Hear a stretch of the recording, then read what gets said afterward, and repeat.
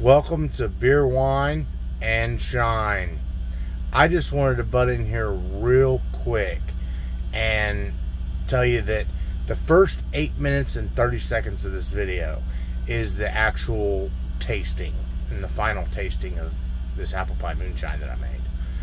After that, I talk about the changes that I'm making to the recipe, why I'm making those changes for the final recipe for next year. Okay, I kind of ramble. I try to cut a lot of that out, but it's still a lot of it in there. I also talk about the things that I've learned by doing this entire process. Some of you might find that interesting if you want to sit through it. Some of you might find it boring or whatever. That's why I'm just letting you know that the first 8 minutes and 30 seconds is the good stuff. After that, it's just kind of me talking about things. I will put the final recipe in the description for all of you that don't want to sit there and listen to me talk. Now, let's get on with it. Hi guys, this is the last part of my apple pie moonshine experiment. Now, I got my 4 jars here that you saw me mix up earlier. It's been sitting there for a couple more weeks. When I first mixed this up, it was good. It was okay. But after it set for, I don't know, a week, 2 weeks, whatever it was, when I came back to it, man, them spices really kind of blended well with the shine. You know, it wasn't just apple and then baked spices and then liquor. You know, it hits you all at once instead of in stages. It really mixed well. I was pretty happy with it. And then I mixed the juice in a couple of these jars. And then I put some apple slices in a couple of these jars. Of course, you just saw me do all that.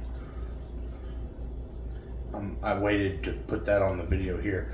So this is my control. This is just the apple pie. That's what's in here, I think. That might have the juice in it. No, this is just the apple pie. This does have juice in it. This is all I have. You can tell it's a little darker. Like if I mix this up, like you can tell it's just a little darker. We're gonna try all this real quick. Like, got my snifter here, Glencairn, whatever you want to call it. All right, so I think we'll just, how do we want to do this? Want to work down the line? I think I'll just set that one aside for now.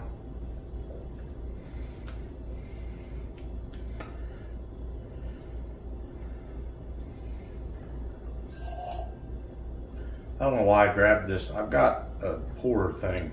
I think it was just because it was handy.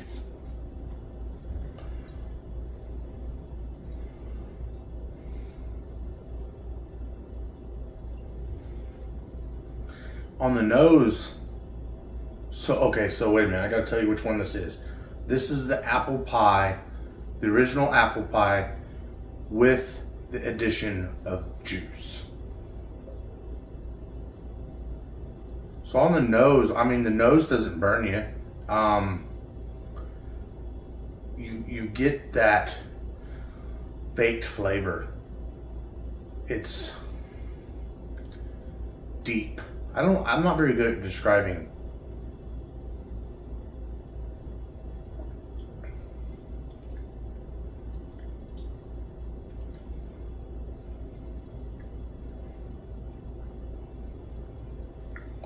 I don't think the juice did a whole lot.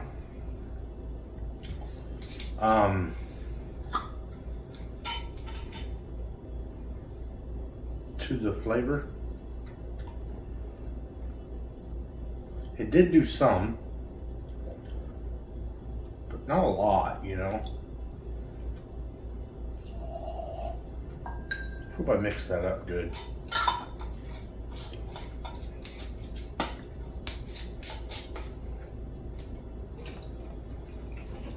I better do that now.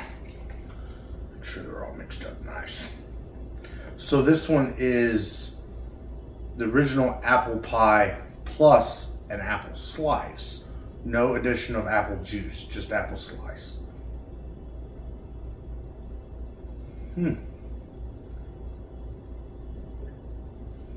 I almost don't smell hardly any alcohol at all, really. On the nose, it's not as deep. I don't know how else to describe that. It's, I want to say rich. I mean, it is sweet. It is a little bit too sweet for me, really, but oh man. This one, so the apple pie with just the juice has more of the deep baked smell and spice smell. This is, on the nose, it's a lot more blended.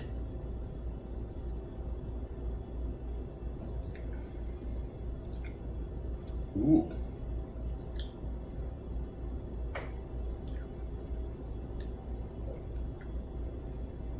On the taste too, really.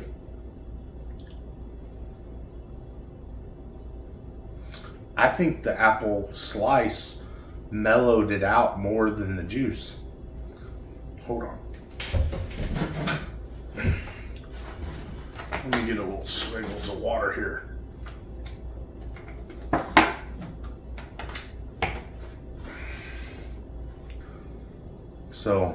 So this is the apple pie, the original apple pie plus juice plus 2 apple slices.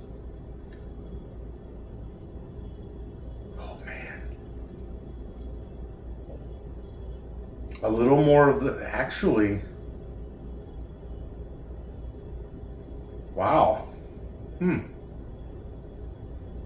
I feel like that's somewhere in between these two jars. It's like this one was just as deep as this, really. And then the apple slices really mellowed it out. But the juice with the apple slices is somewhere right here in the middle, as far as on the nose. Now, I could just be tripping, but I'll be tripping. I don't know. I'm really trying to get better at this. I'm really horrible.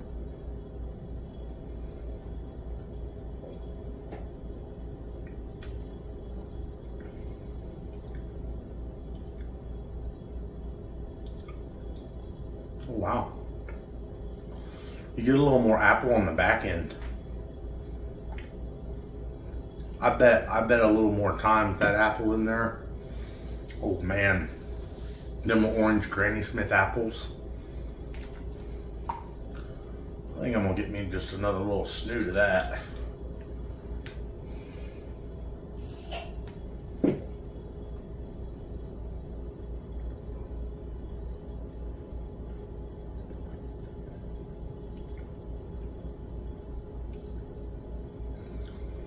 I think I like that one. I think I like that one. That's probably my favorite right there.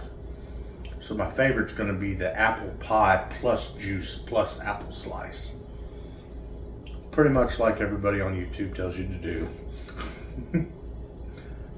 But anyway, I will say something.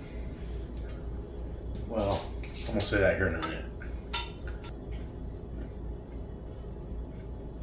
Oh yeah, oh that's a good apple.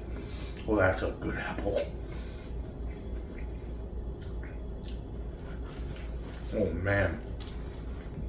So, gathering all the information from this entire experiment, okay, I think that my final recipe for next year, when I try this again next year, my final recipe, I think, will be 1 teaspoon of ground nutmeg in a tea bag, or half a cracked whole nutmeg. I think I am going to use that tea bag. I think that tea bag actually became a little bit key. I kind of didn't think it was going to work, but I think it gave me a pleasant surprise as far as what I did. So in this original recipe, I used 2 teaspoons of nutmeg. I think I would back that down to 1 teaspoon of nutmeg in a tea bag. In that little muslin, like really fine mesh tea bag. Or, if I can find it, half a cracked whole nutmeg that I can extract. Now, I'm still working on my hard apple cider, and watch that video. I'll explain about that tea bag and why I think I'm glad I used it. So, and then 6 allspice berries, I think I'm okay with that. 2 cloves, I'm good with that.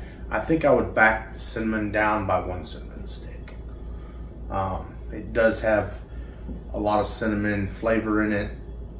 I got a buddy of mine, his flavor profile and my flavor profile pretty much across the board on whiskeys are pretty similar.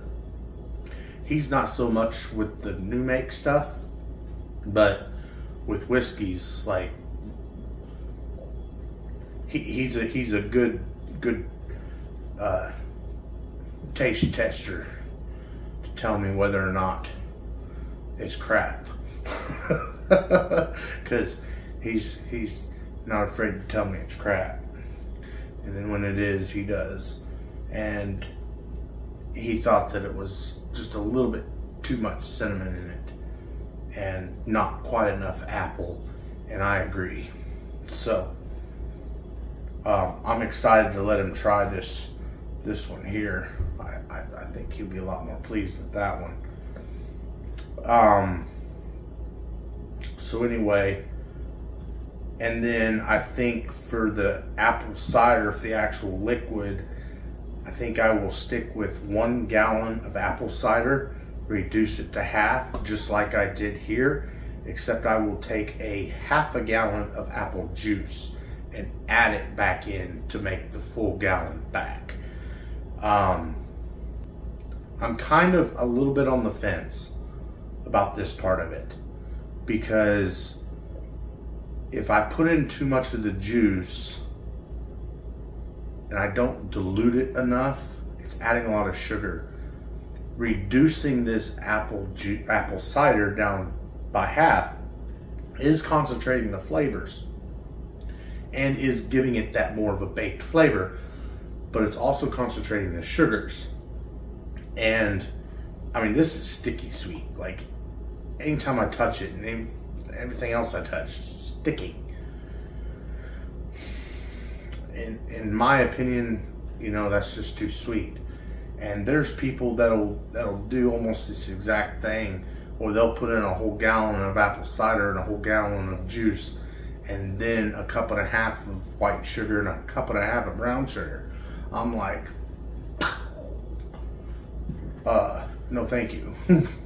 I didn't even put any brown sugar in this. Like, this is over sweet for me. So I like the flavor profile, I just don't like the sweetness. I wish the sweetness would cut back about a quarter. I do think it needs some sweetness. If I can figure out how to get a strong flavor, because also I am wanting to be able to get this up to 100 proof next year. This is only 80 proof. I really would like it to be 100 proof, but push come to shove, you know, I'll just have to drink more of it, because you know, I want it to be good, you know. And if I just can't get it right at 100, but I can consistently get it right at 80, I guess, you know, I'll just have to suck it up, right? Drink it at 80. And then I'll put in 1 large apple slice per pint. These have got 2 apple slices, and this was a large apple. I mean, that apple, it was big. They had normal sized apples, and then they had a couple of them that were like almost twice that big. This is a big mammy jammy of an apple. I put 2 slices in this because I was trying to get more of the flavor in faster.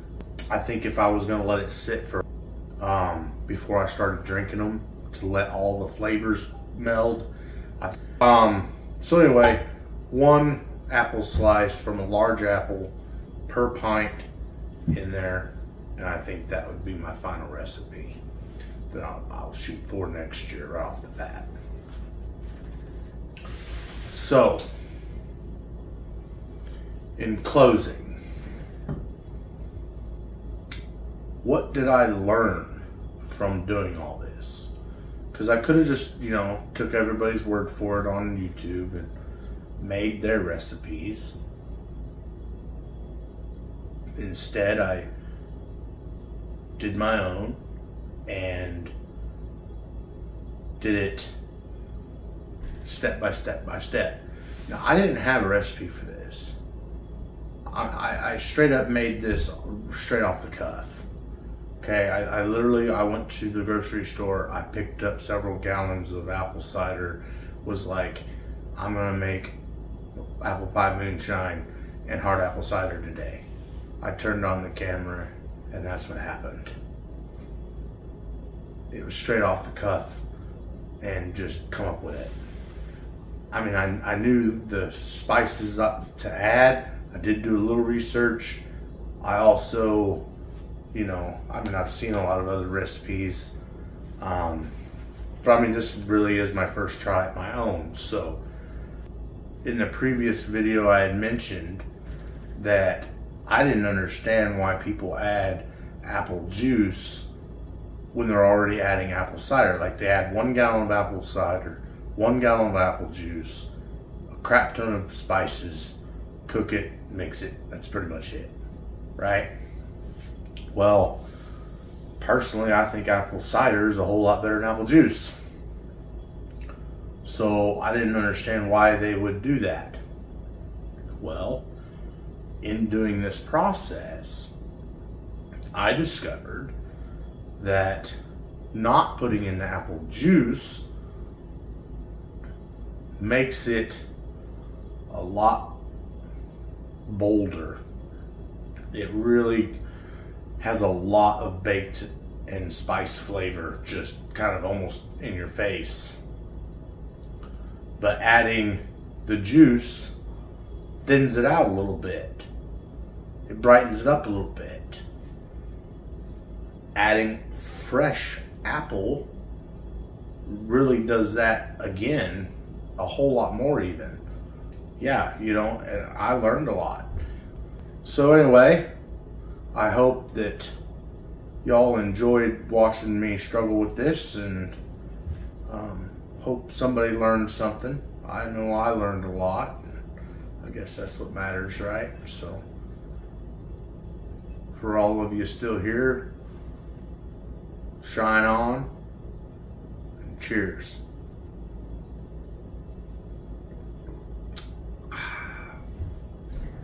That's good stuff.